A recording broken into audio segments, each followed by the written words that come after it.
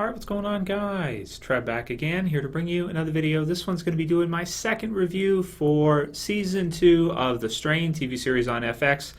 This one is called By Any Means.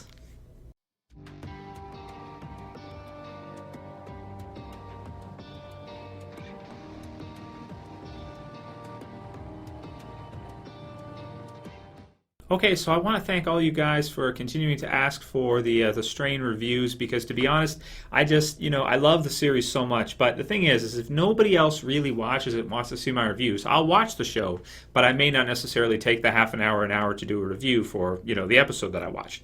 But I've had an overwhelming number of you guys actually go ahead and ask me, Trev, are you going to do the Strain this year, 2 episodes? And it's been incredible so far for the second season. And you guys are right, man. It has just been awesome so far. This series, last summer, I would say the Strain was probably my favorite series last summer.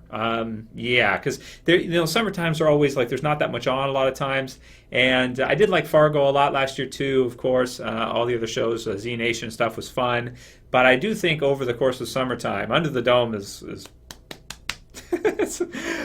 makes me want to do that sometimes.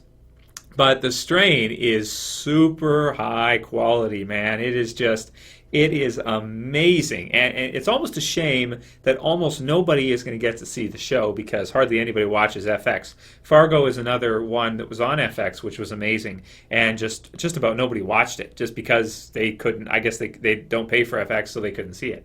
But I would say the Strain is worth even paying for FX for the summertime. 13 episodes, second season. This is for the second episode. Did the review for the first episode yesterday. If you guys missed it, go ahead and check it out. BKNY, great kickoff for the season. Episode 2 did not disappoint either. Following up, right afterwards, of course, we see basically a few main things with this episode. We see the testing begins. So you've got Ephraim and Nora, and they're testing on the couple people that were infected by the worms from some of the vampires prior. So, the whole idea, the whole name, the Strain, right?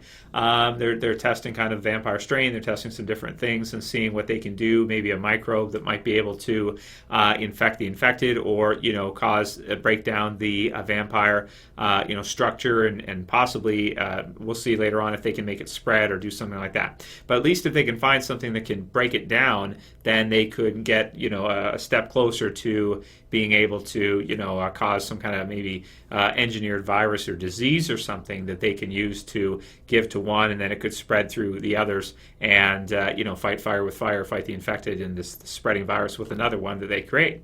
So I really like that. I mean, that's one thing about this show is that it is done extremely well. It feels 100% legit, and they take the world seriously. It's really, really good. So I really enjoy that part, and I also like kind of the uncomfortable feeling of when they have these test subjects and they're testing on them. They're people too, right? Husband and wife, and you kind of get that feeling like maybe they should just put them out of their misery. Maybe they should, what should they do? And he's like kind of, we trusted you, and he's tying him down because his body he's starting to change in that.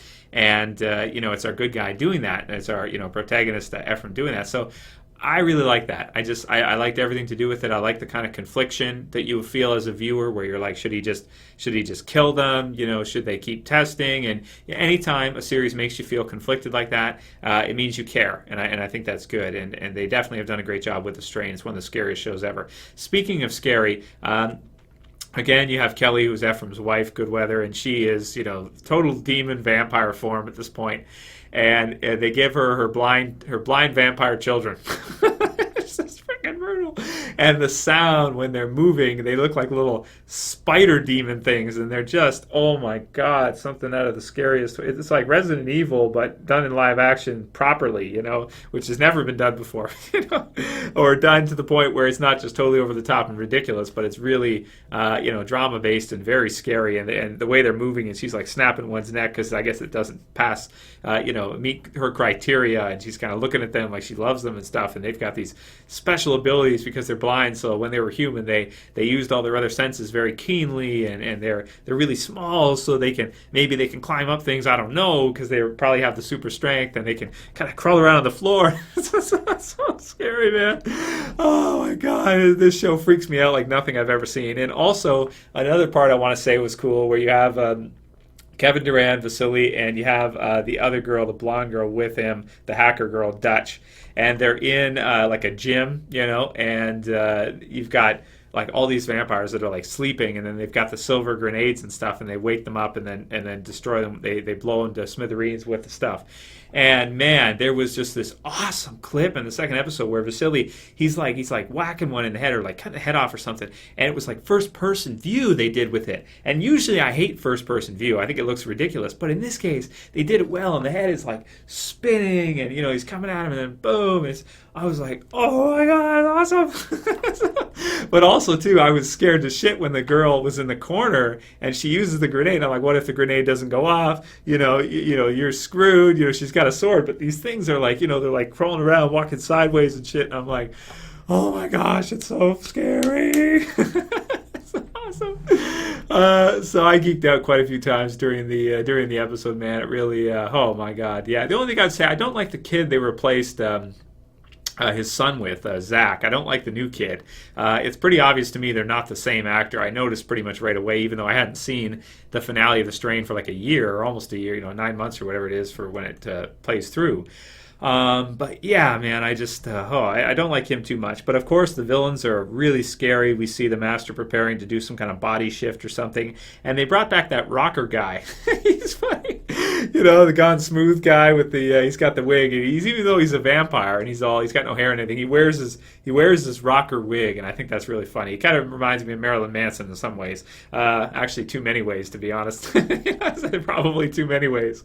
But yeah, so who knows? Will the Master choose him? I think that would be a good choice because he's a pretty, he's pretty scary, man. He's pretty intimidating in that, and he's I don't know, it's scary stuff. The villain. So we also have a scene where we have Abraham who meets with the rich guy. What the hell's his name? Let's see. I'm just going to quickly look at his name because sometimes there's so many characters and sometimes I forget. So Palmer, right? Eldrick Palmer, and he's got that new little assistant and stuff that he likes. So that's funny. I wonder what's going to happen with that.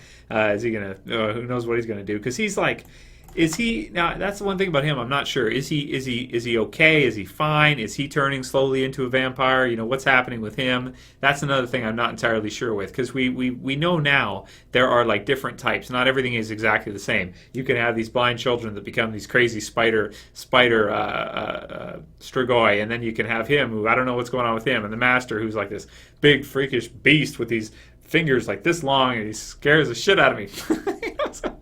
So anyway, is this a review or is this just me geeking out over how awesome The Strain is? It's kind of both, to be honest. It's a mix between both. All right, so let's see. What else do I want to say?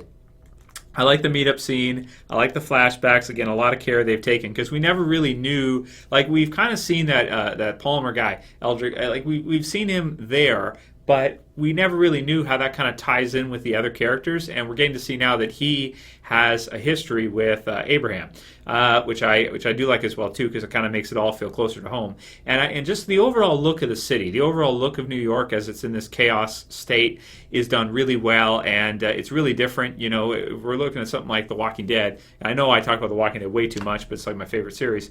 It's always kind of off in the the forest or this kind of thing in Georgia where they film it. You never really get to see hardly at all. A few times we've seen Atlanta, and I love it every time. But this is like New York in like an apocalypse outbreak, and it's just a really cool environment to see, and I really like it a lot, man. It's just really scary. So in terms of a score for the second episode, man, I think I should give this one a 9 as well. Because it's just so well done, and even starting to care for a lot of the characters. Like you have the scene with Vasily and what's her name, Dutch, they're going swimming in that, and that was cool, I guess. And one thing about Kevin Durant, I would say, okay, because I did recently say that Bruce Campbell is like the best person ever for Negan in The Walking Dead, and yeah, I still feel that way, but I do think that if that's not somebody they want to use, because the downside of him is if they use him for Negan in The Walking Dead, if they use Bruce Campbell, he's pretty recognizable recognizable. So that's a problem. They may not want him because it may take you out of the experience, but someone like Kevin Durand is really good as well too. He's funny, he's big obviously, and he's tough, he can fight and everything, he can do the action scenes as Negan, and he could do the comedy stuff as well too, I suppose, because he has had some comedy roles before, some roles that are kind of in between that people have pointed out to me. So I do think he'd be a good choice as well too, if they can't get Bruce Campbell or they don't want to because he's too recognizable. And this show shows that obviously he's really fun and he's good and he can, he's thrashing, he's got his, what is it that he uses? It's like a pipe or something. I don't know what it is. Like he doesn't kill them with a sword or anything. He just like beats them to death. Like he brutally just beats the vampires to death just by brute force, and it's funny. So so that's all I'll say for this week's episode 2. And if you guys like this one for episode 3, I'll do another review next week, and I'll just continue through with the Strain. I'm definitely going to watch it, that's for sure. I'm definitely not going to miss it. I'm going to watch it. So if I watch it and you guys want to see the reviews, I'll do the reviews. If you like this one, please do. Don't forget to. Please thumb it up below. I would appreciate it. And if you want to share, if you want to favorite, also helps. And if you're new, you've been thinking about subscribing, if you haven't subscribed yet, and I do all these reviews for you, God damn it, would you frickin' subscribe? Oh, some of you will. Let's see how it goes. Let's see how that works. So subscribe, damn it. See you guys next week for the next Strain review, and of course for all the regular Walking Dead reviews, Dragon Ball stuff, everything else we've been doing. That's going to continue as well. That's it for this one, guys. See you again real soon. As always, it's Trev. Saying peace.